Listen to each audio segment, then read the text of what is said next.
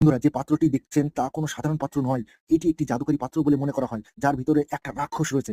হিমাচল প্রদেশের সিমলা জেলায় চব্বল উপত্যকায় হাটকোটি গ্রামে অবস্থিত এক প্রাচীন ও শক্তিশালী দেবী হাটেশ্বরী মন্দির রয়েছে। যেখানে যদি কখনো যান তাহলে ১ম এ আপনার মনে হবে যে কোনো রহস্যময় শক্তি আপনার পিছনে আসছে। সেখানে আপনি এই পাত্রটি দেখতে পাবেন, যা একটি মোটা শিকল দিয়ে বাঁধা। এর পেছনের কারণ হলো একটা চারু নামে রাক্ষস আছে বলে মনে করা হয়। বলা হয় যে বহু বছর আগে এই গ্রামে পশু বলি দেয়া হতো।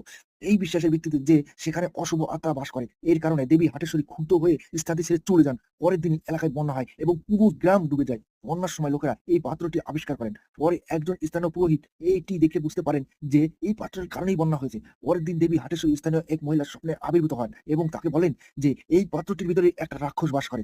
তিনি বলেন, "যদি তুমি পশু বলি দেয়া বন্ধ করো, আমি এই মন্দিরে ফিরে যাব।" এরপর গ্রামবাসীরা দেবীর কাছে ক্ষমা চায়। পাত্রটি শিকল দিয়ে বেঁধে রাখে। আর যখনই পাত্রটি নিজে থেকে চলতে শুরু করে, তখনই এলাকায় আবার বন্যা দেখা যায়। বন্ধুরা, এরকম ইন্টারেস্টিং ভিডিও পেতে আমার